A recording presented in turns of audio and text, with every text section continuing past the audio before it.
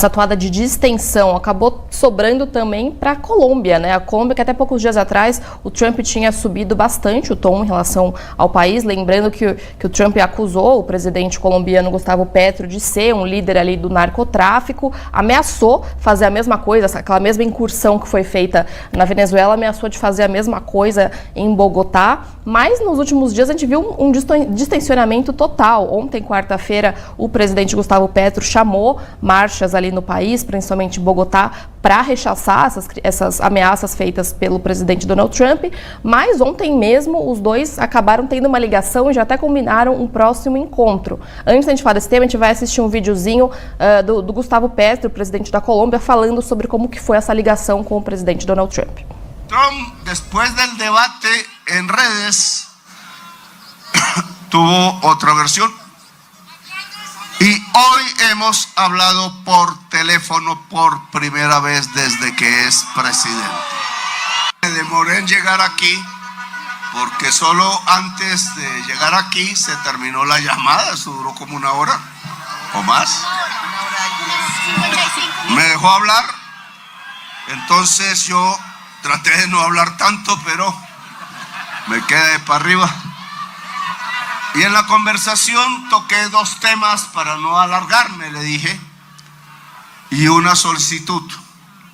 Se restablezcan las comunicaciones directas entre cancillerías y presidente. Entonces, ¿de qué hablé yo? De dos cosas: Venezuela y el tema del narcotráfico. ¿Cuál fue la respuesta de Trump? Dice Trump, ojo, claro, palabras tienen que ser seguidas de acciones. Fue un gran honor hablar con el presidente de Colombia, Gustavo Petro.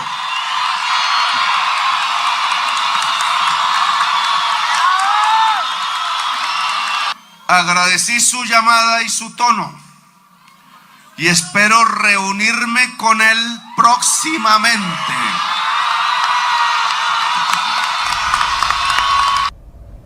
Bom, essa foi a fala aí do Gustavo Petro, presidente da Colômbia, esse discurso que foi em Bogotá ontem à noite, depois que ele tinha mobilizado vários atos populares para rechaçar o aumento do tom do discurso do presidente Donald Trump. Professor, como é que a gente pode ver, o que significa na prática essa mudança do tom também do próprio Petro, né? Ele que estava bastante incisivo em condenar as ações do Donald Trump. O que levou a baixar esse tom? Houve também ali um pouco de recuo do governo americano em relação à Colômbia? Lembrando que, inclusive, o Petro ontem falou que o Trump chamou ele de rei da cocaína, ou seja, a situação não estava tão distensionada assim.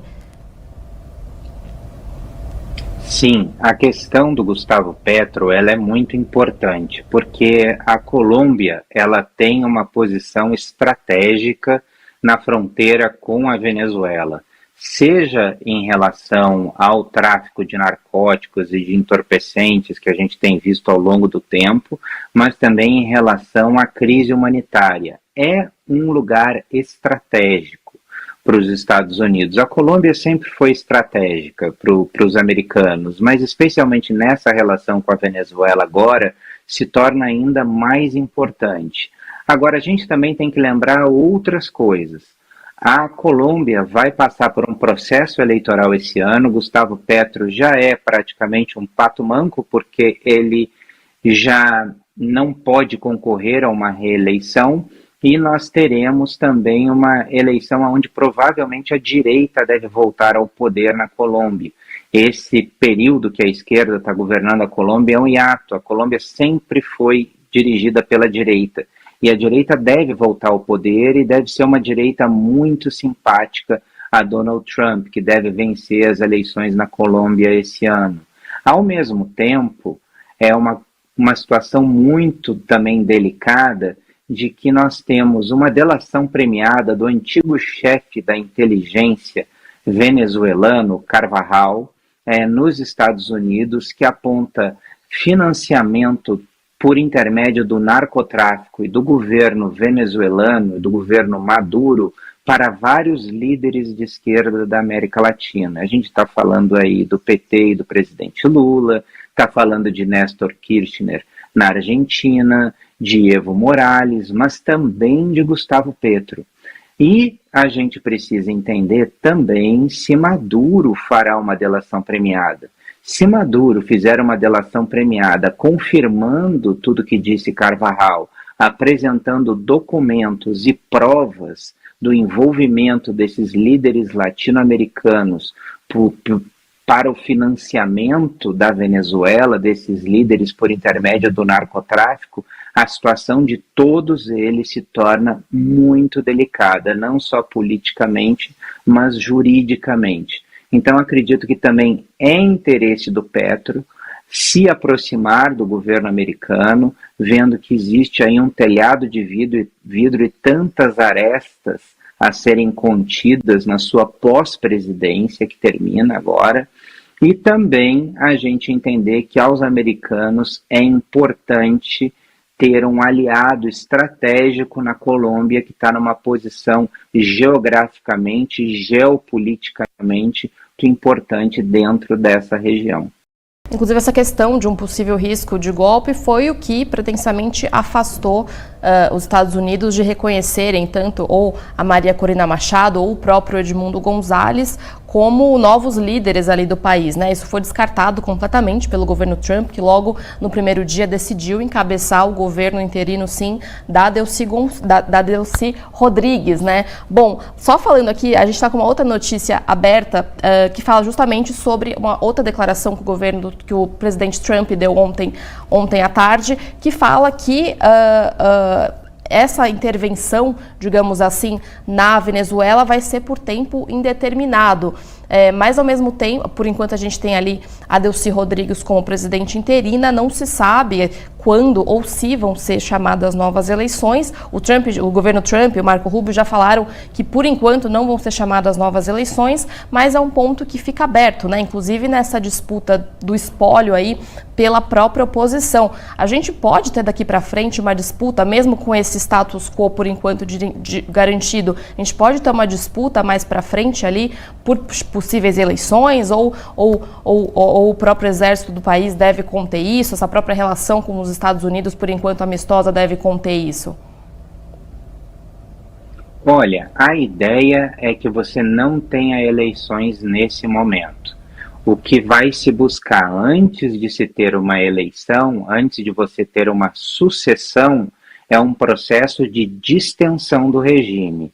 E o que isso significa? Significa maior presença de empresas internacionais na Venezuela, significa leis mais claras para o investimento, significa a retirada de interesses chineses e russos de empresas de fachada que ajudavam a explorar o petróleo da Venezuela num movimento de corrupção e comunicação com o narcotráfico.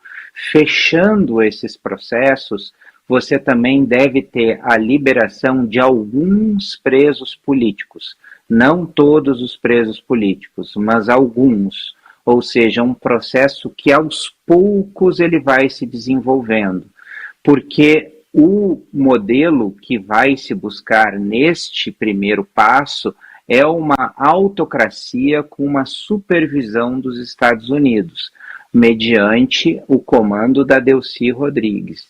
Então, o que vai se buscar é soltura de alguns presos políticos, um pouco de abertura, e especialmente um movimento muito na área de petróleo e também na área de segurança, expulsando os interesses do Hamas e do Hezbollah que estão em território venezuelano e também se buscando uma menor relação do governo venezuelano com Cuba.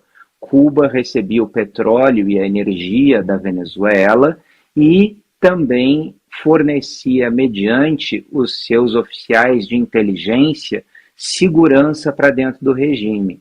Esse é um dos grandes pontos que vai ser debatido, pelo menos nos bastidores, nos próximos semanas ou nos próximos meses, que é a presença dessa inteligência cubana que faz parte do aparato de segurança e promove um sistema de informações para o presidente. Ou seja, a Delcy Rodrigues ela tem a vantagem de ter esse aparato de segurança cubano em volta dela, de inteligência, onde ela consegue receber informações sobre o que está acontecendo dentro do próprio regime, mas, ao mesmo tempo, eles também estão atendendo os interesses cubanos. E aos americanos, especialmente ao Marco Rubio, não interessa essa relação estreita entre Cuba e Venezuela. Então, a Delcy Rodrigues vai estar aí diante de uma situação delicada. Ela precisa dessa inteligência cubana para garantir a sua segurança e informações confiáveis internas de dentro do regime, o que está acontecendo,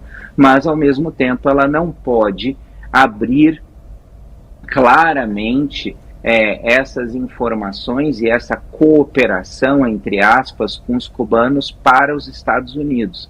Realmente são relações delicadas e esse processo de distensão vai começar a tocar nesses pontos semana a semana, mês a mês daqui para frente. Márcio, a gente viu aí esse anúncio de ontem do Marco Rubio detalhando ali como é que vai ser esse plano de 3 fases, né, que os Estados Unidos está anunciando para a Venezuela, esse plano que inclusive ontem também foi anunciado no anúncio que foi corroborado pela Delcy Rodrigues, que é a presidente interina, de que a produção de petróleo vai ser entre 30 e 50 milhões de barris, né, enviados aos Estados Unidos. Ou seja, já está tendo tração esse plano, né, dos Estados Unidos, por enquanto com essa pretensa colaboração aí da presidente interina, que também está trabalhando junto com os Estados Unidos. O que a gente pode esperar daqui para frente? Isso já era esperado, né? Obviamente, a captura em si do Nicolás Maduro talvez fosse algo inesperado, mas essa condução ali dos Estados Unidos pode ter algum percalço daqui para frente, em termos, né, do comércio exterior? O que a gente pode esperar daqui para frente? Laísa, tudo indica que o que a gente tem adiante é um processo não de transição, mas um processo de distensão. O que significa um processo de distensão? Significa um processo que o regime vai se tornar uma autocracia que é uma autocracia confiável pelo Ocidente. E isso seria o primeiro passo, que seria o passo mais importante. Os americanos optaram por não realizar um corte radical com a chegada da oposição ao poder, porque a gente estaria diante, provavelmente, de uma guerra civil. E essa guerra civil ela seria alimentada por todos os interesses que estão dentro da Venezuela. Seriam os militares chavistas que fazem parte ainda do controle econômico do país, mas também inteligência estrangeira que está presente na Venezuela, o Hezbollah e o Hamas que estão presentes lá. A gente sabe da influência cubana, ou seja, existiriam muitos atores para fazer parte deste processo, e os atores que fariam parte deste processo, eles acabariam gerando um problema frente à oposição. A gente estaria diante, provavelmente, de uma guerra civil entre a oposição e uma guerra civil entre os chavistas. Então, o que a gente tem diante de nós aí é uma saída que é uma saída muito mais lenta, gradual e negociada, que é primeiro uma distensão do regime para depois passar por um processo de estabilização. Então, me parece que a Delcy Rodrigues foi quem se apresentou como a parte tecnocrática do regime, alguém que já estudou na Europa, ela fez mestrado e doutorado no Reino Unido e na França, e ela é capaz de conseguir fazer esta transição. Mas é um trabalho muito difícil, né? É um trabalho de equilíbrio que você tem entre o grupo chavista e esse período de distensão que lá na frente pode se tornar uma transição. É desafiadora, ela corre muitos riscos, é um equilíbrio muito tênue que ela tem que buscar, mas o governo americano acredita que ela seja capaz disso. Não, e justamente, né, a gente sabe que a Delcy Rodrigues era uma aliada muito fiel do Maduro, mas que ela também é considerada uma figura muito mais pragmática do que o Maduro era, né? Inclusive, a gente vai assistir um vídeo, antes de eu passar para a próxima pergunta, a gente vai assistir um vídeo, um vídeo curtinho de uma fala da Delcy de ontem, falando sobre a questão energética da Venezuela e essa relação com os Estados Unidos. Ela que aumentou um pouquinho ali o tom do discurso, falando que os Estados Unidos era só balela, que eles se preocupam com a democracia, etc., mas ela tem mostrado uma postura muito colaborativa com o governo Trump. Vamos dar uma assistida. Porque ustedes saben que la voracidad energética del norte quiere los recursos de nuestro país. Y lo habíamos denunciado. Toda la falsedad de que el narcotráfico, la democracia, los derechos humanos, no eran las excusas. Porque lo que sí ha estado presente siempre es que el petróleo de Venezuela debe ser entregado al norte global. Y nosotros aquí hemos tenido una postura muy clara, que Venezuela está abierta a relaciones energéticas donde todas las partes estén beneficiadas, donde la cooperación económica esté muy bien determinada en contratos comerciales. Esa es nuestra postura. Bom, essa foi a fala aí da agora presidente interina da Venezuela, Delcy Rodrigues, ela que falou aí sobre como é que está sendo esses primeiros dias depois da captura do Nicolás Maduro. Ela está com essa postura de fato colaborativa, mas a gente sabe que já teve esse anúncio de que os Estados Unidos vai comprar de 30 milhões até 50 milhões de barris de petróleo da Venezuela e que, ao mesmo tempo, a Venezuela vai comprar produtos americanos. Na prática, isso acaba beneficiando mais os Estados Unidos do que a Venezuela. Como é que o senhor vê essa questão? Porque também ontem o secretário de Energia dos Estados Unidos falou que dentro desse plano os venezuelanos também seriam beneficiados com essa troca, digamos assim, mas acabou não dando detalhes sobre isso. Como é que o senhor vê essa relação aí do que foi anunciado até agora? Olha, a gente precisa olhar sempre com muito cuidado todas as declarações da Delcy Rodrigues, porque afinal de contas ela está numa posição muito delicada. A gente tem ali na Venezuela vários grupos que faziam parte desse núcleo chavista que estava em torno do Maduro. O Diosdado Cabello, que é o ministro do interior, ele tem uma postura muito mais combativa, ele tem uma postura que seria muito mais de enfrentamento com os Estados Unidos. A Delcy Rodrigues, ela é mais uma tecnocrata, uma burocrata que, ao lado do irmão dela, que é o presidente do Congresso Nacional, é a parte, digamos, mais política disposta à negociação do regime. E entre eles, nós temos o Padrino Lopes, que é o ministro da Defesa. O Padrino Lopes controla todos os militares e nós sabemos que os militares são o fiel da balança.